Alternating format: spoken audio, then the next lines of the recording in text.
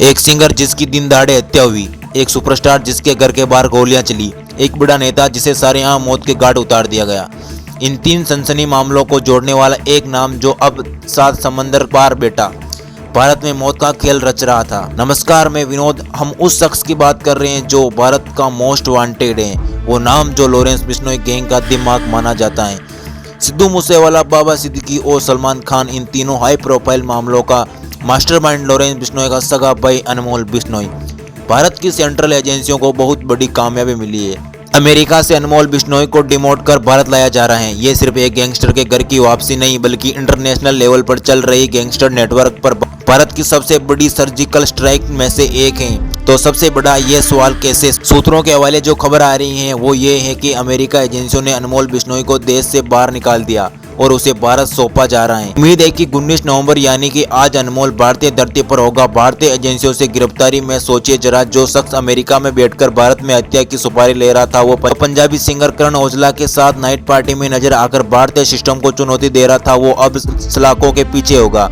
ये दिल्ली पुलिस की crime branch और हमारी एक्सटर्नल एजेंसियों के लिए एक बड़ी जीत है। 2024 में उसे अमेरिका में हिरासत में लिया गया था और तब से ये भारत सरकार उस पर प्रत्यार्पण यानी डिपोर्टेशन की कोशिश में लगी हुई थी और अब जाकर ये कोशिश रंग लाई है। अब आपके मन में ये सवाल होगा कि अनमोल बिश्नोई कौन और इतना खतरनाक क्यों है? अगर नहीं पता तो बता दे। पहचान: अनमोल गुजरात की साबरमती जेल में बंद कुख्यात गैंगस्टर लॉरेंस बिश्नोई का सगा छोटा भाई। काम: वो लॉरेंस गैंग का इंटरनेशनल चेहरा था। अमेरिका में बैठकर भारत के गैंग के सारे बड़े ऑपरेशन, चाहे वो हथियार की सप्लाई हो या शूटरों को निर्देश देना, सब कुछ वही संभालता था।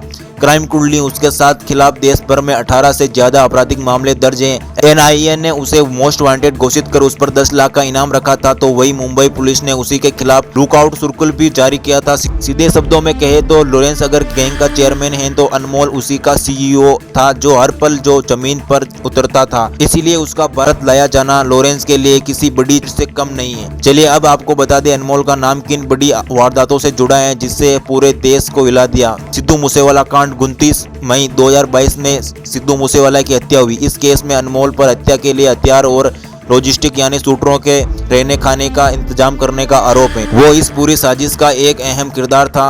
सलमान खान के घर पर फायरिंग: अप्रैल 2024 मुंबई में सुपरस्टार सलमान खान के घर के बाहर बाइक सवार शूटरों ने गोलियां चलाई। इसी हमले की जिम्मेदारी फेसबुक पोस्ट के जरिए खुद अनमोल बिश्नोई ने ली थी। बाबा सिद्दीकी हत्याकांड: 12 अक्टूबर 2024 मुंबई में एनसीपी के बड़े नेता बाबा सिद्दीकी की उनके बेटे के दफ्तर के बाहर गोली मारकर हत्या कर दी गई। जांच में सामने आया कि अनमोल इस हत्याकांड के शूटरों के साथ भी संपर्क में था और पूरी साजिश उसी ने रची थी। एक सिंगर, एक एक्टर और एक नेता, तीनों को टारगेट करके अनमोल बिश्नोई और उसका गैंग देश में अपना खौफ कायम करना चाहता था। लेकिन अब पासा पलट चुका है। अनमोल बिश्नोई का भारत आना सिर्फ एक आपराधिक का अंत नहीं, बल्कि कई अनसुले सवालों के जवाब सामने आने की उम्मीद है।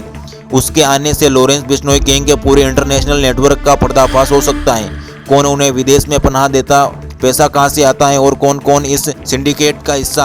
अब देखना होगा कि जब अनमोल जांच एजेंसियों के सवालों का सामना करेगा तो और कितने राज खुलेंगे। आपको क्या लगता है, अनमोल के भारत आने से इस गैंग का पूरा नेटवर्क ध्वस्त हो जाएगा? कमेंट में अपनी राय जरूर बताइए। फिर मिलते हैं एक और वीडियो के साथ।